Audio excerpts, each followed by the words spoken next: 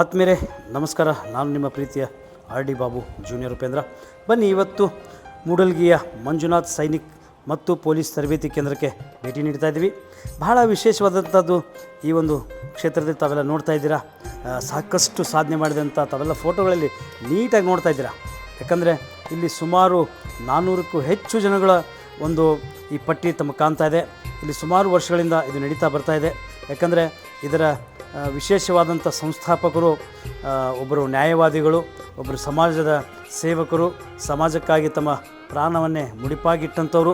ಅಂಥ ಒಂದು ಮಹಾನುಭಾವ ಇವತ್ತು ವಿಶೇಷವಾದಂಥ ಈ ಒಂದು ಸಂಸ್ಥೆಯನ್ನು ನಡೆಸ್ಕೊಂಡು ಹೋಗ್ತಾ ಇದ್ದಾರೆ. ಯಾಕಂದರೆ ಈ ಒಂದು ಸಂಸ್ಥೆಯಲ್ಲಿ ಸಾಕಷ್ಟು ಮಕ್ಕಳಿಗೆ ಬಹಳಷ್ಟು ಹೆಲ್ಪ್ ಆಗೋ ಥರ ಒಂದು ತರಬೇತಿ ನೀಡ್ತಾ ಇದ್ದಾರೆ. ಯಾಕಂದರೆ ಆ ತರಬೇತಿಯಲ್ಲಿ ಏನಿರುತ್ತೆ ಅಂತಂದರೆ ಸಾಕಷ್ಟು ದೇಹವನ್ನು ದಂಡಿಸಿ ತಮ್ಮನ್ನು ತಾವು ಅರ್ಪಣೆ ಮಾಡುವಂಥ ಈ ಒಂದು ತಾಣ ವಿಶೇಷವಾದಂಥದ್ದು. ನೋಡಿರಿ ಎಷ್ಟೊಂದು ಸಾಧನೆ ಇದೆ ಇಲ್ಲಿ ಅಂತ ತಾವೆಲ್ಲ ನೋಡ್ತಾ ಇದ್ದೀರಾ. ಯಾಕಂದರೆ ಇಲ್ಲಿ ಹಿಂದೂ, ಮುಸ್ಲಿಂ, ಕ್ರೈಸ್ತ ಯಾವುದೇ ಜಾತಿ ಭೇದ ಧರ್ಮವನ್ನು ಬಿಟ್ಟು ಬೆಳೀತಾ ಇರುವಂಥದ್ದು ಒಂದೇ ಒಂದು, ಅದು ಮಂಜುನಾಥ್ ಸೈನಿಕ್ ಮತ್ತು ಪೊಲೀಸ್ ತರಬೇತಿ ಕೇಂದ್ರ.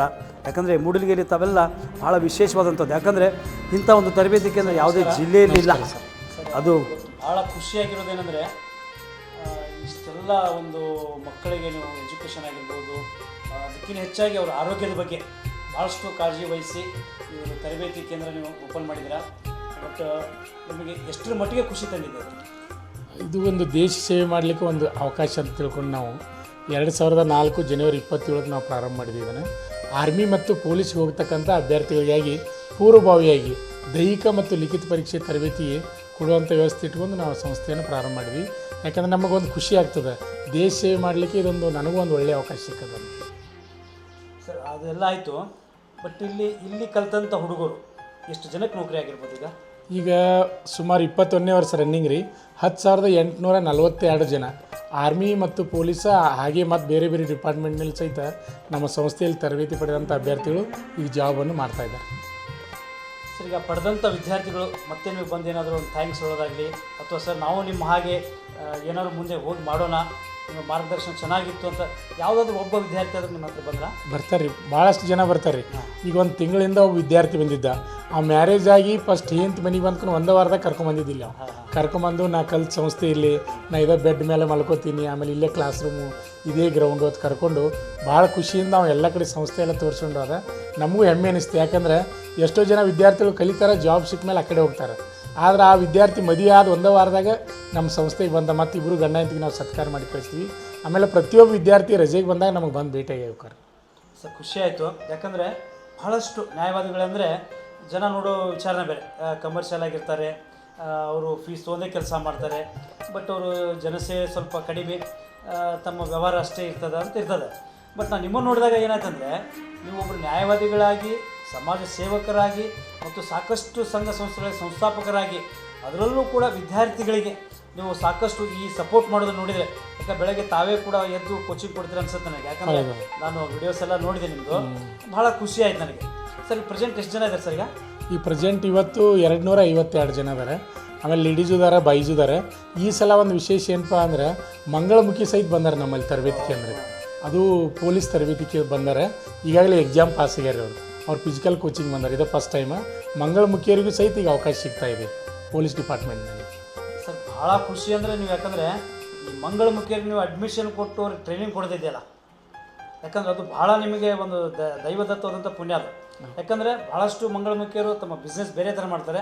ಬಟ್ ಈ ಮಂಗಳಮುಖಿ ಬಂದು ಒಂದು ಪೊಲೀಸ್ ಆಫೀಸರ್ ಆದರೆ ಅದು ಏನಾದರೂ ನಿಮ್ಮ ಶಾಲೆಗೆ ಅಥವಾ ನಿಮಗೇನೆ ಗೌರವ ತರಕ್ಕೆ ಹೊರತಾಗಿ ಆ ಎಮ್ಮಗಲ್ಲ. ಯಾಕಂದರೆ ಆ ಎಮ್ಮ ಮಾದರಿಯಾಗಿ ಬಂದಿದ್ದಾಳೆ. ಆ ಎಮ್ಮಗೆ ಮಾದರಿಯಾಗಿ ನೀವು ಕೂಡ ಅಷ್ಟೇ ಆ ಎಮ್ಮಗಿಲ್ಲಿ ಇಟ್ಕೊಂಡು ನೀವು ಕೋಚಿಂಗ್ ಕೊಟ್ಟು ಒಂದು IAS ಆಫೀಸರ್ ಮಾಡೋದ್ರಲ್ಲಿ ಭಾಳಷ್ಟು ವಿಶೇಷತೆ ಇದೆ. ಹಾಗಾಗಿ ಸರ್, ಇಲ್ಲಿ ಮತ್ತು ಊಟ ವ್ಯವಸ್ಥೆ ಅದು ಯಾವ ರೀತಿ ಸರ್?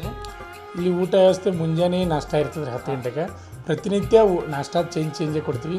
ಅದೇ ರೀತಿಯಾಗಿ ಮಧ್ಯಾಹ್ನ ಊಟ, ರಾತ್ರಿ ಊಟ ಇರ್ತದೆ.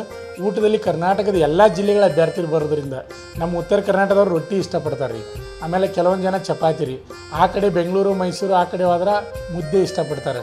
ಯಾರಿಗೆ ಹೆಂಗೆ ಬೇಕು ಎಲ್ಲ ರೀತಿಯೊಳಗೆ ನಮ್ಮಲ್ಲಿ ಅಡುಗೆ ವ್ಯವಸ್ಥೆನ ನಾವು ಮಾಡ್ತೀವಿ. ಸರ್, ಹಾಗೆ ಏನಾದ್ರು ಬೇರೆ ಸಂಘ ಸಂಸ್ಥೆಗಳು ತಮಗೇನಾದರೂ ದೇಣಿಗೆ ಬರುತ್ತಾ? ಇಲ್ಲ, ಬೇರೆ ಯಾವುದಿಲ್ಲ. ನಾನು ಸ್ವಂತ ಇಲ್ಲೇ ಮೂಡಲ್ಗಿ ಹತ್ತಿರ ಶಿವಾಪುರ ಒಂದು ಹೈಸ್ಕೂಲ್ ಅದ ಹೈಸ್ಕೂಲಿಗೆ 2 ಎಕರೆ ಜಮೀನನ್ನು ದೇಣಿಗೆಯಾಗಿ ಕೊಟ್ಟೇನಿ. ನೀವೇ ಕೊಟ್ಟು ನಾವೇ ಕೊಟ್ಟೇವೆ. ನಮ್ಮ ತಂದೆಯವರು ಇದ್ದಾಗ ನಾವು ಅವ್ರು ಕೂಡಿ ಮಾತಾಡ್ಕೊಂಡು ಹೈಸ್ಕೂಲ್ಗೆ 2 ಎಕರೆ ಜಮೀನನ್ನು ದೇಣಿಗೆ ಕೊಟ್ಟೇವೆ. ನೋಡಿ, ಸ್ವತಃ ತಾವು ಕಲಿಸದೆ ತಮ್ಮ ಸ್ಕೂಲ್ ಇಟ್ಕೊಂಡು ಮತ್ತೆ ಬೇರೆ ಮಕ್ಕಳು ಬೇರೆ ಕಡೆ ಕಲೀಲಿ ಅನ್ನೋ ಒಂದು ನಿಟ್ಟಿನಲ್ಲಿ ಶಿವಾಪುರದಲ್ಲೂ ಕೂಡ ನಾವು 2 ಎಕರೆ ಜಮೀನು ಕೊಟ್ಟಿದ್ದಾರೆ. ನಿಜವಾಗ್ಲೂ ಈ ಕಾಲದಲ್ಲಿ ಭಾಳ ಹೆಮ್ಮೆ ತರುವಂಥ ವಿಷಯ.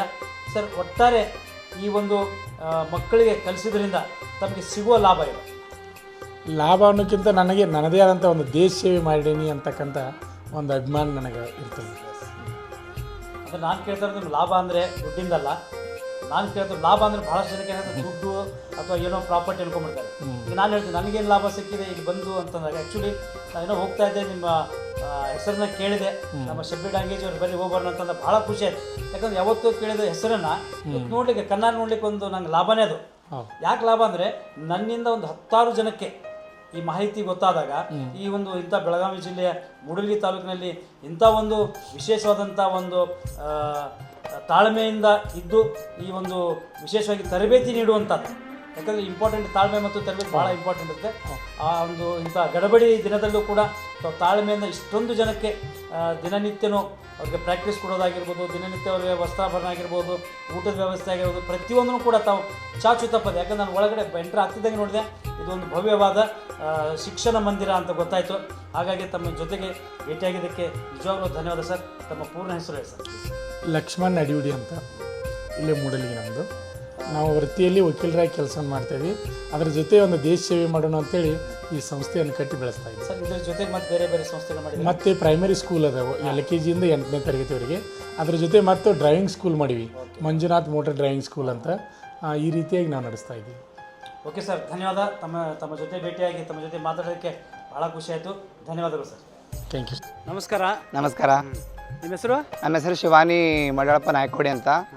ನಮ್ಮೂರು ದೇವರಿಪ್ರಿಗೆ, ಬಿಜಾಪುರ ಜಿಲ್ಲಾ ಸಿಂದಗಿ ತಾಲೂಕು ಬರ್ತಾಯಿತ್ತು. ಇವಾಗ ದೇವರಿಪ್ರಿಗೆ ಬರ್ತಾಯಿದೆ. ಹೌದು, ನಿಮಗೆ ಇಲ್ಲಿ ಪೊಲೀಸ್ ಆಗಬೇಕು ಅಥವಾ ಆರ್ಮಿ ಆಗ್ಬೇಕಂತ ಯಾಕೆ ಇಂಟ್ರೆಸ್ಟ್ ಬಂತು? ಅಂದರೆ ಗೌರ್ಮೆಂಟ್ ಹುದ್ದೆಗಳಲ್ಲಿ ಯಾವುದಾದ್ರೂ ಹುದ್ದೆಗಳಲ್ಲಿದ್ದರೆ ಎಲ್ಲರ ಪರಿಚಯ ಆಗುತ್ತೆ. ಪರಿಚಯ ಮುಖಾಂತರ ನಮ್ಗೆ ಒಳ್ಳೆ ಬೆಂಬಲಗಳು ಸಿಗುತ್ತೆ. ಬೆಂಬಲಗಳನ್ನು ಒಳ್ಳೆತನ ಯೂಸ್ ಮಾಡಿಕೊಂಡು ಒಳ್ಳೆತನ ನಾವು ಬೇರೆಯವ್ರ ಹತ್ರ ದುರುಪಯೋಗ ಪಟ್ಕೊಳ್ಳೋ ಬದಲು ಒಳ್ಳೆತನ ಯೂಸ್ ಮಾಡ್ಕೋಬೇಕಂತ ಈ ಹುದ್ದೆಗೆ ಚಾಯ್ಸ್ ಮಾಡಿಕೊಂಡು ನಮ್ಮ ಫ್ರೆಂಡ್ಸ್ ಸಪೋರ್ಟಿಂದ ನಾನು ಓದ್ಕೊಂಡು ಬಂದಿದ್ದೇನೆ. ನಿಮ್ಮ ಮನೆಯಲ್ಲೆಲ್ಲ ಸಪೋರ್ಟ್ ಇದೆ? ಸಪೋರ್ಟ್ ಇದೆ, ಇವಾಗಿದೆ. ಮುಂಚೆ ಇರಲಿಲ್ಲ. ಮುಂಚೆ ಎಲ್ಲ ನಮ್ಮ ಫ್ರೆಂಡ್ಸು, ನಮ್ಮ ಊರಲ್ಲಿ ಹಿರಿಯರು ಎಲ್ಲ ನನ್ನ ಫಸ್ಟ್ ಆಫ್ ಆಲ್ ಹೇಳ್ಬೇಕಂದ್ರೆ ನನ್ನ ಸ್ನೇಹಿತರು ಬಿಟ್ಟರೆ ನನಗೆ ಬೇರೆ ಪ್ರಪಂಚ ಗೊತ್ತಿರಲಿಲ್ಲ. ಎಲ್ಲ ಇವ್ರದ್ದು ಹುಡುಗರು ಸಪೋರ್ಟಿಂದ ನಾನು ಇಲ್ಲಿ ಬಂದಿದ್ದೀನಿ. ಈಗ ನಿಮಗೆ ಇದನ್ನೇ ಆಯ್ಕೆ ಯಾಕೆ ಮಾಡ್ಕೋಬೇಕಂತ ಆಯಿತು?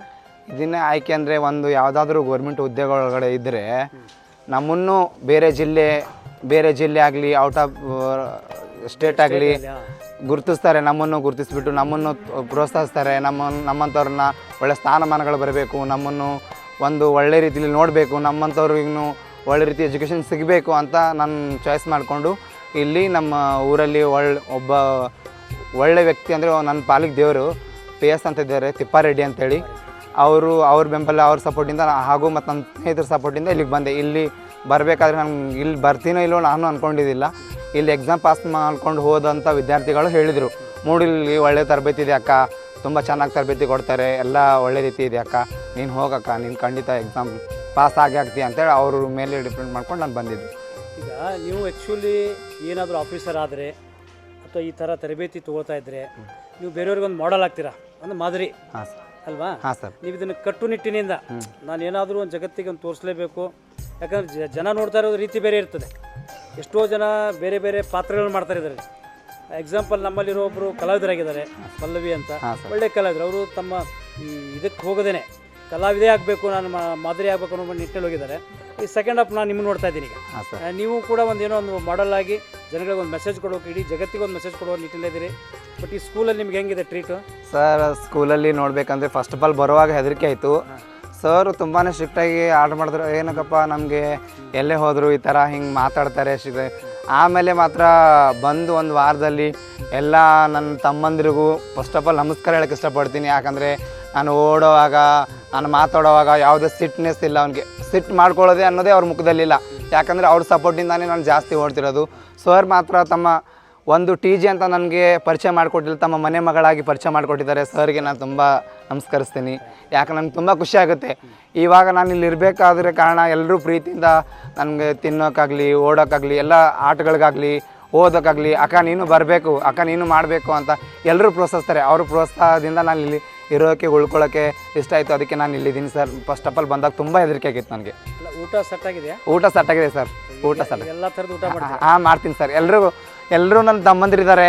ನನ್ನ ತಮ್ಮಂದಿರಿಗೆ ಫಸ್ಟ್ ಆಫ್ ಆಲ್ ನಾನು ಮನಸ್ಪೂರ್ವಕ ನಮಸ್ಕರಿಸ್ತೀನಿ. ಯಾಕಂದರೆ ನನ್ನ ಕೈ ತೂತು ನನ್ನ ಅಮ್ಮ ಹೆಂಗೆ ತಿನ್ನಿಸ್ತಾರೋ ಅದೇ ಥರ ನನ್ನ ಕೈ ತೂತು ತಿನ್ನಿಸ್ತಾರೆ. ಅಕ್ಕ ನೀನು ಅವ್ರ ಹತ್ರ ಏನಕ್ಕೆ ತಿಂದೆ, ಇವನ ಹತ್ರ ಏನಕ್ಕೆ ತಿಂದೆ, ಯಾರೂ ಗೇಲಿ ಮಾಡಿಲ್ಲ. ಬಾಯಿ ತುಂಬ ಅಕ್ಕ ಅಕ್ಕ ಎಲ್ಲರೂ ಒಂಥರ ಒಂದು ತಂದೆ ತಾಯಿ ಪ್ರೀತಿ ಸರ್ ತೋರಿಸ್ತಾರೆ ಸರ್. ಒಟ್ಟಾರೆ ಈ ಸ್ಕೂಲಲ್ಲಿ ನಿಮಗೊಂದು ಬಂದಿರೋದಕ್ಕೆ, ಒಂದು ಎಜುಕೇಷನ್ ಸಿಕ್ಕಿರೋದಕ್ಕೆ, ಆರೋಗ್ಯ ಮತ್ತು ನಿಮ್ಮ ಶೈಕ್ಷಣಿಕವಾಗಿ ನೀವು ಬೆಳೀತಾ ಇದ್ದೀರಾ? ಹಾಂ ಬೆಳೀತಾ ಇದ್ದೀನಿ ಸರ್. ನನಗೆ ಮಾತ್ರ ತುಂಬ ಸಪೋರ್ಟ್ ಇದೆ. ನನಗೆ ಮಾಡಲೇಬೇಕು. ನಾನು ಮಾಡದಿದ್ರೆ ನನಗೆ ಮತ್ತು ಬೇರೆ ಬೇರೆ ಕೆಲಸಗಳಲ್ಲಿ ಆಸಕ್ತಿ ಇಲ್ಲ. ಒಂದು ಯಾವುದಾದ್ರು ಇದು ಪೊಲೀಸ್ ಹುದ್ದೆನೇ ಆಗಲಿ, ಆರ್ಮಿ ಹುದ್ದೆಗಳೇ ಆಗಲಿ, ಯಾವುದೇ ಒಂದು ಗೋರ್ಮೆಂಟ್ ಜಾಬ್ ಅನ್ನೋದು ಮಾಡಬೇಕು ಅನ್ನೋ ಆಸೆ ಸಿಗುತ್ತೆ ನಿಮ್ಗೆ. ಯಾಕಂದರೆ ನೀವು ಕಾನ್ಫಿಡೆಂಟ್ ಆಗಿದ್ದೀರಾ, ನಿಮ್ಗೆ ಸಿಗಲೇಬೇಕದು. ನಾವು ದೇವ್ರ ಹತ್ರ ಹಾರೈಸ್ತೀವಿ, ನಮ್ಮ ಸಪೋರ್ಟು ಕೂಡ ಇದೆ. ಓಕೆ, ಥ್ಯಾಂಕ್ ಯು, ಧನ್ಯವಾದಗಳು. ತಾವೆಲ್ಲ ನೋಡ್ತಾ ಇದ್ದೀರಾ, ಏಕೈಕ ಸಂಸ್ಥೆ ಅದು ಮಂಜುನಾಥ್ ಸೈನಿಕ್ ಮತ್ತು ಪೊಲೀಸ್ ತರಬೇತಿ ಸಂಸ್ಥೆ. ಅದು ಮಂಗಳಮುಖಿಗೆ ಒಂದು ವಿಶೇಷ ಸ್ಥಾನಮಾನ ಕೊಟ್ಟಂಥ ಸಂಸ್ಥೆ. ಈ ಸಂಸ್ಥೆ ಇದೇ ರೀತಿ ಸದಾವಕಾಶ ಹೀಗೆ ನಡೀತಾ ಇರಲಿ, 100 ವರ್ಷಗಳ ಕಾಲ ಸದಾ ಸೇವೆಯಲ್ಲಿ ತೊಡಗಿರಲಿ. ಅದರ ಜೊತೆಗೆ ನಮ್ಮ ಸಂಸ್ಥೆಯ ಸಂಸ್ಥಾಪಕರು ಕೂಡ ಧನ್ಯವಾದ ಹೇಳುತ್ತಾ ಈ ಕಾರ್ಯಕ್ರಮಕ್ಕೆ ಮತ್ತೊಮ್ಮೆ ಬಂದು ಭೇಟಿ ನೀಡ್ತೀವಿ. ಧನ್ಯವಾದಗಳು.